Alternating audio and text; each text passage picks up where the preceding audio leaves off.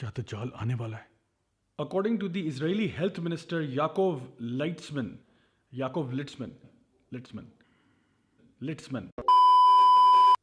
اسرائیلی health minister Yaqoob لٹزمن کا کہنا ہے کہ کرونا وائرس سے اب ہمیں ہمارا مسیح جو ہے وہی نجات دے سکتا ہے۔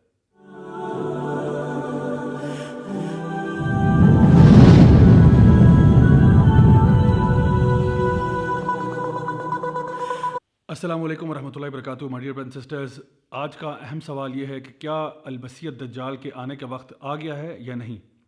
ایک بات ہمارے لیے سمجھنا یہاں ضروری ہے کہ جو بھی کوئی واقعات ہوتے ہیں وہ اپنی نشانیاں، اپنے سائنز جو ہیں وہ پہلے سے دکھانا شروع کر دیتے ہیں۔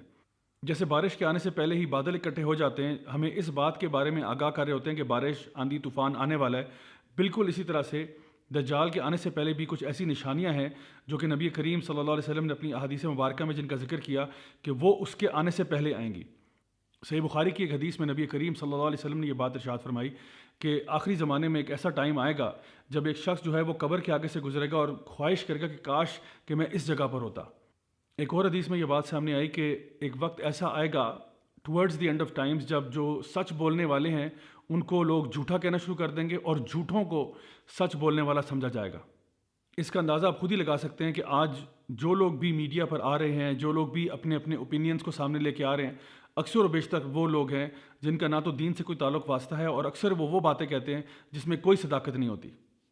ہمارا اپنا وقت جو ہے وہ دین حق سے زیادہ، اللہ کی کتاب سے زیادہ ان سورسز پہ لگتا ہے جس میں اکثر اوقات فالس نیوز اور فالس انفارمیشن ہوتی ہے۔ خود ہی اندازہ لگانا ہے کہ ہم لوگ یوٹیوب کو دن میں کتنا ٹائم دیتے ہیں اور اللہ کی کتاب جو کہ حق ہے اس کو کتنا ٹائم دیتے ہیں۔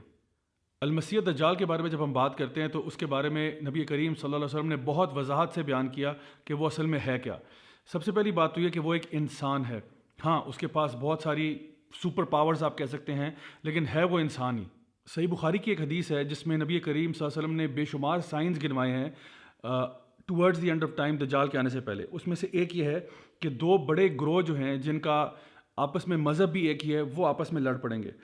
اس کے علاوہ یہ کہ تقریباً 30 کے لگ بھگ جھوٹے نبی یا جھوٹے دجال جو ہیں وہ آپ کے سامنے آئیں گے۔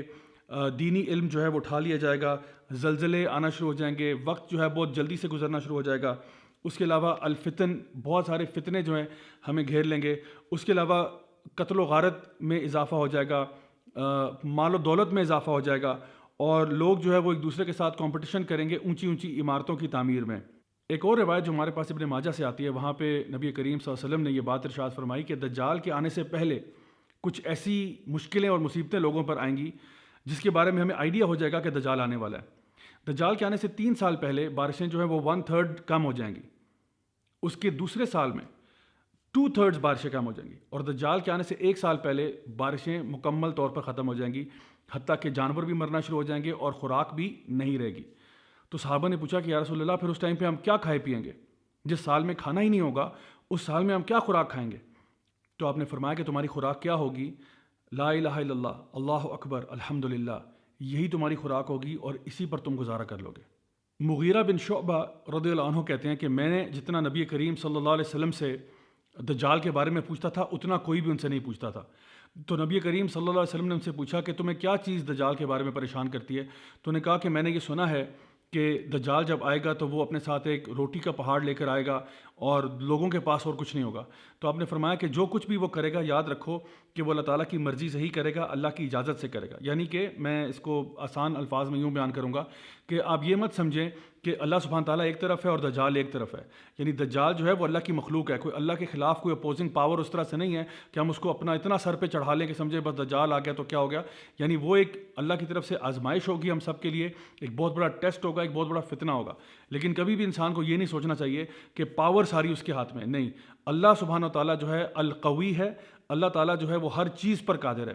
تو جس طرح سے اللہ تعالیٰ نے شیطان کو بھی لوگوں کے ٹیسٹ کے لیے بھیجا، بالکل اسی طرح سے المسیح دجال جو ہے وہ بھی ایک آزمائش ہے، ایک امتحان ہے بلیورز کے لیے، اور ایسا امتحان ہے جس کے بارے میں نبی کریم صلی اللہ علیہ وسلم ارشاد فرماتے ہیں کہ کوئی نبی ایسا نہیں گزرا سوائے اس کے کہ اس نے اپنی قوم کو المسیح دجال کے فتنے کے بارے میں نہ بتایا ہو۔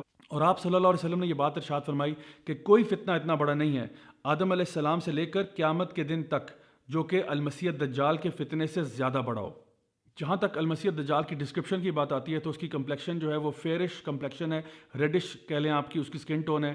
اس کے علاوہ یہ کہ اس کی جو بلڈ ہے وہ بہت بڑی اور ایک بلکی فزیک ہے۔ اس کے ماتھے کے اوپر کافہ را لکھا ہوگا، جو کہ تمام مومنین جو ہیں پڑھ سکیں گے، چاہے وہ پڑھے لکھے ہوں یا ان پڑھ ہوں۔ دجال کی کوئی اولاد نہیں ہوگی، وہ مکہ اور مدینہ میں داخل نہیں ہو پائے گا۔ اور اگر ہم احادیث کا جائزہ لیں تو بات یوں سمجھ میں آتی ہے کہ لگتا ایسے ہے واللہ عالم کہ دجال جو ہے وہ ٹیکنالوجی کا بڑا ماسٹر ہوگا، کیونکہ آتا ہے کہ وہ زمین سے سارے خزانے نکال پائے گا اور وہ بہت تیزی سے ہوا کی سپیڈ سے ٹریول کیا کرے گا، اور یہ بھی کہ وہ ایک شخص کے والدین کو لگے گا ایسے کہ دوبارہ زندہ کر دیا، لیکن اصل میں وہ اس کے والدین نہیں ہوں گے، کیونکہ ہم یہ بات جانتے ہیں کہ جو ایک دفعہ مر گیا وہ واپس نہیں آ سکتا۔ بلکہ یہ دجال جو ہے یہ شیطانوں کی مدد لے گا، شیاطین جو جن میں سے ہیں ان کی مدد لے گا کہ وہ اس کے پیرنٹس کا روپ دھار کر آئیں اور اس کو کنونس کرنے کی کوشش کریں کہ تمہیں دجال کی عبادت کرنی چاہیے۔ دجال کا مطلب ہی جھوٹا ہے، امپوسٹر، لائر، ڈیسیور، وہ جو لوگوں کو دھوکہ دینے والا، فریب دینے والا۔